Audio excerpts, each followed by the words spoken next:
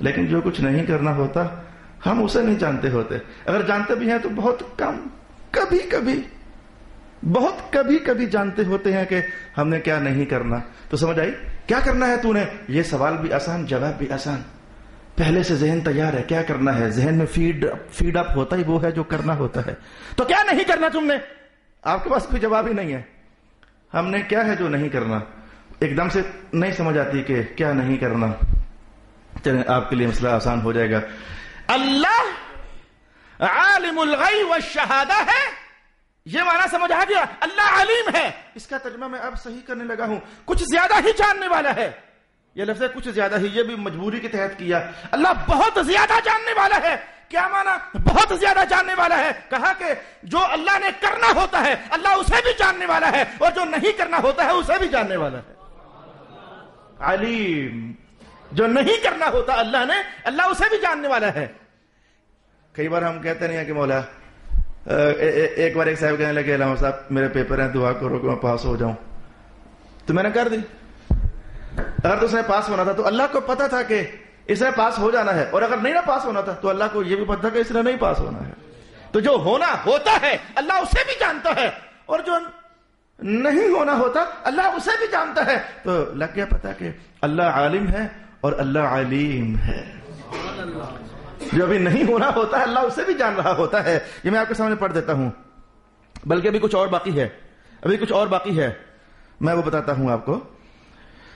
وَيَعْلَمُ مَا كَانَ وَمَا لَا يَكُونُ مِنَ الْجَائِزَاتِ، اللہ وہ بھی جانتا ہے جو ہونے والا ہے، اور وہ بھی جانتا ہے جو نہیں ہونے والا ہے. اللہ وہ بھی جان رہا ہوتا ہے. اور صرف اتنا ہی نہیں، اور میں بتاؤں کہ اللہ علیم ہے. ایک اور پہلو ہے بتاؤں. ہمارے پنجاب میں سیانے لوگ کہتے ہیں کہ دو کام ایسے ہیں بس شروع کر دیا کرو. ان کا لہجے کو اسٹائل ایسا، او چھوڑو یار شروع کر دو اللہ مدد بھیجے گا. دو کام کون سے ہیں؟ مسجد بنانی ہو تو کہتے ہیں، کئی بار لوگوں نے کہا علامہ صاحب ہم نے جب مسجد کا کام شروع کیا تو 850 روپے میری جیب میں تھے، تو اور یہ دیکھو اللہ کا یہ عظیم الشان گھر بنا ہوا ہے. یہ جملے میں نے کانوں سے سنے. آپ کو بھی پتا ہے آپ کی مسجد کا کیا حال ہے. تو ایک تو مسجد پیسے ہیں کہ نہیں تو بس شروع کر دو، اللہ دیکھو مدد آتی کدھر سے. ایک اور کام ہمارے پنجاب کے سیانے، ایک اور کام بیٹی کی شادی. یار یہ بہت بڑی ذمہ داری ہے، شروع کر دو اللہ مدد بھیجے گا. اچھا ہم شروع کر دیتے ہیں لیکن پتہ نہیں ہوتا کہ مدد آئے گی کہاں سے، کون آئے گا، کہاں سے آئے گا، کیا دے گا، کتنا دے گا، کچھ پتہ نہیں ہوتا. علیم بتانے لگا ہوں کام ہو جائے گا. یہ تو آئیڈیا سا ہو گیا، کیسے ہوگا، کون کرے گا، کتنا کرے گا، کب کرے گا، یہ ساری باتیں ہمیں نہیں پتا ہوتی. تو علیم، اللہ علیم ہے. الفاظ سنو، اللہ علیم ہے. لو کان کیف یکون وما یترتب علیہ لو کان. ترجمہ یہ ہے کہ اللہ یہ بھی جانتا ہے کہ کیا ہونے والا ہے، یہ بھی جانتا ہے کیسے ہوگا، یہ بھی جانتا ہے کون کرے گا، یہ بھی جانتا ہے کب کرے گا. یہ ہے اللہ علیم. کچھ ہوگا، کب ہوگا، کون کرے گا، کیسے کرے گا، کتنا کرے گا، کیوں کرے گا، یہ سب کچھ جس کے علم میں ہو اسے کہتے ہیں علیم، اسے کہتے ہیں علیم. اچھا اسی لیے ملا علی قاری نے برجستہ آیت پڑھ دی اس عنوان پر کہ جو نہیں ہونا ہوتا اللہ کو اس کا بھی پتا ہوتا ہے. برجستہ آیت لکھ دی. کہنے لگے اللہ جانتا تھا کہ اگر ایک اور اللہ ہوا تو کیا ہوگا. یہ قرآن پاک کا عنوان ہے. اللہ جانتا تھا کہ اللہ ایک ہی ہے اور ایک ہی ہونا چاہیے. اگر ایک اور اللہ ہوا تو کیا ہوگا، اللہ یہ جانتا تھا اور اس کو بیان کر دیا قرآن حکیم میں. جو ہونا ہوتا ہے اسے وہ بھی پتا ہے، جو نہیں ہونا ہوتا اسے وہ بھی پتا ہے. تو نہیں ہونا تھا کیا، ایک اور اللہ نہیں ہونا تھا، ایک اور اللہ نہیں ہونا تھا. اللہ کو اس کا بھی پتا تھا. اچھا اگر ایک اور اللہ ہو جاتا تو کیا ہوتا، اسے وہ بھی پتا تھا، اسے وہ بھی پتا تھا ایک اور اللہ نہیں ہونا. اور اسے یہ بھی پتا تھا اگر ایک اور اللہ ہو جاتا تو کیا ہوتا. اور میں یہ کہانی قرآن پاک سے آپ کو پڑھ کر سناؤں. بسم اللہ الرحمن الرحیم. لو کان فیہما آلہۃ الا اللہ لفسدتا. رب کائنات نے ارشاد فرمایا کہ ہم جانتے ہیں، ہم علیم جو ہوئے ہم جانتے ہیں ہمارے سوا اگر ایک اور الہ ہو جاتا، صرف ایک اور. ہمارے ساتھ ایک کی بھی گنجائش نہیں. مکہ والوں نے 360، ہمارے ساتھ تو ایک کی بھی گنجائش نہیں. اگر ہمارے علاوہ ایک اور الہ بھی ہو جاتا تو پتہ ہے کیا ہوتا. یہ زمین و آسمان بچتے نہ لڑائیاں ہو چکی ہوتی ہیں.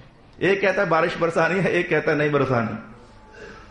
ایک اللہ والے کے پاس کچھ لوگ آئے, بابا جی دعا کرو بارش نہ ہوئے, وہ فصلیں کٹی نہیں ہیں. کہا مولا بارش نہ ہو, دعا کر دی.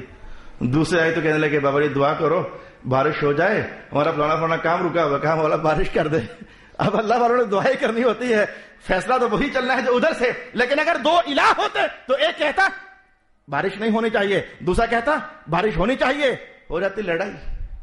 اور جب ماں باپ کی لڑائی ہو جائے تو گھر آپ کو پتا ہے کہ آگ بن جاتا ہے. صرف ماں باپ کی آپس میں لڑائی ہو جائے, بچوں کا کوئی پرسان حال نہیں رہتا. تو رب کائنات نے کہا ہمارے ساتھ اگر ایک بھی اور الہ ہوتا تو لڑائیاں تھیں, فسادات تھے, نہ زمین بچتی نہ آسمان بچتا. لو کان فیہما آلہۃ الا اللہ. لو بھائی اس دلچسپ جملے پر ہم بات ختم کریں. اللہ علیم ہے, اس دلچسپ جملے پر بات ختم کریں. دلچسپ میں نے اس لیے کہا کہ دلچسپ ہے اس لیے, اور یہ دلچسپ جملہ کون لا رہا ہے؟ قشیری, امام قشیری جملہ لا رہے ہیں دلچسپ. تو پھر میں کہنے لگا ہوں, آپ کو میں نے منتظر بنایا پہلے تاکہ توجہ لگے کہ کیا دلچسپ. علیم, اللہ تو بہت کچھ جاننے والا ہے, بہت کچھ. ویسے علم اللہ کی صفات ذاتیہ میں سے ہے. صرف اتنا جملہ ہی کہنا تھا. صفات ذاتیہ ہوتی کون سی ہیں؟ 7 ہیں یا 8 ہیں, اختلاف رائے. لیکن وہ بھی کیا بات ہے, صفات ذاتیہ کی کیا بات ہے. تو علامہ قشیری کہتے ہیں اللہ علیم ہے. تو کہتے ہیں کہ میں نے بعض کتابوں کے اندر پڑھا. یہ جو کوئی محدث کہے نا کہ میں نے بعض کتابوں کے اندر پڑھا, سمجھو کہ وہ یقیناً حدیث نہیں ہے, یہ کوئی بنی اسرائیل کی کتاب ہوگی یا کسی دانشور کا مخطوطہ ہوگا. تو میں نے وہاں یہ بات پڑھی. تو کہتے ہیں وفی بعض الکتب, قشیری کہتے ہیں میں نے بعض کتابوں کے اندر یہ بات پڑھی, ان لم تعلموا انی اراکم فالخلل فی ایمانکم. جملہ ہے کہ کاری ضرب ہے, جملہ ہے کہ کاری ضرب ہے. ان لم تعلموا انی اراکم فالخلل فی ایمانکم وَإِنْ عَلِمْتُمْ أَنِّي أَرَاكُمْ فَلِمَ جَعَلْتُمُونِي أَهْوَنَ النَّاظِرِينَ إِلَيْكُمْ. ترجمہ سن لیں. گناہگار لوگ خاص کر کے سنیں, خطا کار لوگ خاص کر کے سنیں. بعض کتابوں کے اندر یہ روایت کہ اللہ تعالیٰ نے ارشاد فرمایا کہ اگر تم نہیں جانتے کہ میں تمہیں دیکھ رہا ہوں, اگر تم نہیں جانتے کہ میں تمہیں دیکھ رہا ہوں تو تمہارا ایمان ہی خراب ہے. تمہارے ایمان میں یہ بات ہونی چاہیے تھی کہ میں تمہیں دیکھ رہا ہوں. اگر تم نہیں جانتے کہ میں تمہیں دیکھ رہا ہوں تو تمہارے ایمان میں خلل ہے. فالخلل فی ایمانکم. لو بھی جملہ آ گیا, جملہ آ گیا. اگر تم نہیں جانتے کہ میں تمہیں دیکھ رہا ہوں تو تمہارے ایمان میں نقصان ہے, اور اگر تم جانتے ہو کہ میں تمہیں دیکھ رہا ہوں, جملہ اب آیا, اگر تم جانتے ہو کہ میں تمہیں دیکھ رہا ہوں, اور الحمدللہ ہم جانتے ہیں, اپنا ایمان تو پہلے مضبوط کرو, الحمدللہ کہ ہم جانتے ہیں. اگر تم جانتے ہو کہ میں تمہیں دیکھ رہا ہوں تو جتنے بھی تمہیں دیکھ رہے تھے تم نے ہمیں ان سب سے کم درجے والا کیوں بنایا؟ تم نے ہمیں ان سب میں کم درجے والا کیوں سمجھا؟ تم نے شراب پینی تھی, چاچے سے بھی چھپ گئے, باپ سے بھی چھپ گئے, ماں سے بھی چھپ گئے, دوستوں سے بھی چھپ گئے. تمہیں پتا تھا کہ وہ دیکھ رہے ہیں, تمہیں ان سے ڈر لگ گیا کہ وہ دیکھ رہے ہیں, اور تمہیں اگر پتا ہے کہ میں بھی دیکھ رہا تھا تو تم نے مجھے ان سے بھی کم درجے میں رکھا کہ ان کے ڈر سے تم چھپ گئے, میرے ڈر سے کیوں نہیں چھپ گئے تھے؟ میں بھی تمہیں دیکھ رہا تھا. فَلِمَ جَعَلْتُمُونِي أَهْوَنَ النَّاظِرِينَ إِلَيْكُمْ. تم نے مجھے کم درجے میں کیوں سمجھا؟ تم تو اس لیے چھپنا چاہتے تھے نا کوئی دیکھے نا, تم تو اس لیے چھپنا چاہتے تھے نا.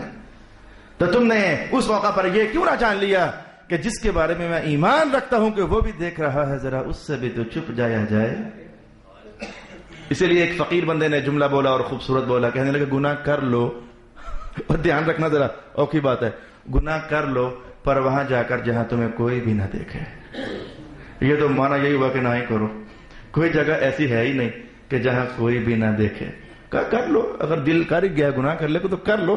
یہ ملنگوں کے کلام بھی تو پھر بڑے وہ گھندے ہوئے ہوتے ہیں نا. ٹھیک ہے کر لو گناہ، پر وہاں جا کر لو جہاں کوئی نہ دیکھے. ایسی جگہ کوئی میسر ہی نہیں ہوگی.